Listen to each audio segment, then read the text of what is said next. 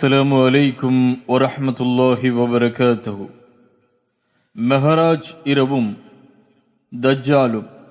அல்லாஹ்வுடைய தூதர் ஸல்லல்லாஹு அலைஹி வஸல்லம் அவர்கள் மெஹராஜ் பயணத்தின் போது நடந்த ஒரு நிகழ்வைத்தான் ரசூல் ஸல்லல்லாஹு அலைஹி வஸல்லம் அவர்கள் இந்த தஜ்ஜால் குறித்து சொல்லுகின்றார்கள்.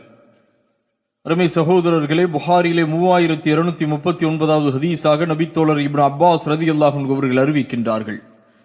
நபி ஸல்லல்லாஹு அலைஹி வஸல்லம் அவர்கள் கூறினார்கள், நான் மேராஜ் பயணத்திற்காக அழைத்து செல்லப்பட்ட இரவிலே மூசா அலைஹிஸ்ஸலாம் அவர்களை சனுஆ குலத்தைச் சேர்ந்த மனிதரை போன்று பழுப்பு கோதுமை நிறமுடைய உயரமான சுருள்முடி கொண்ட மனிதராக கண்டேன். ஈசா அலைஹிஸ்ஸலாம் அவர்களை நடுத்தர உயரமும் சிவப்பும் வெண்மையும் சார்ந்த மிதமான சரும அமைப்பை கொண்டவர்களாகவும் சுருள் சுருளாக இல்லாமல் படிந்த தொங்கலான தலைமுடி உடையவர்களாகவும் கண்டேன். நரகத்தின் காவலரான வானவர் மாலிகையும் இறுதி காலத்திலே வரவிருக்கும் மகா பொய்யனான தஜ்ஜாலையும் கண்டேன். இவையெல்லாம் அல்லாஹ் எனக்கு காண்பித்த அவனுடைய சான்றுகளில் அடங்கியவை.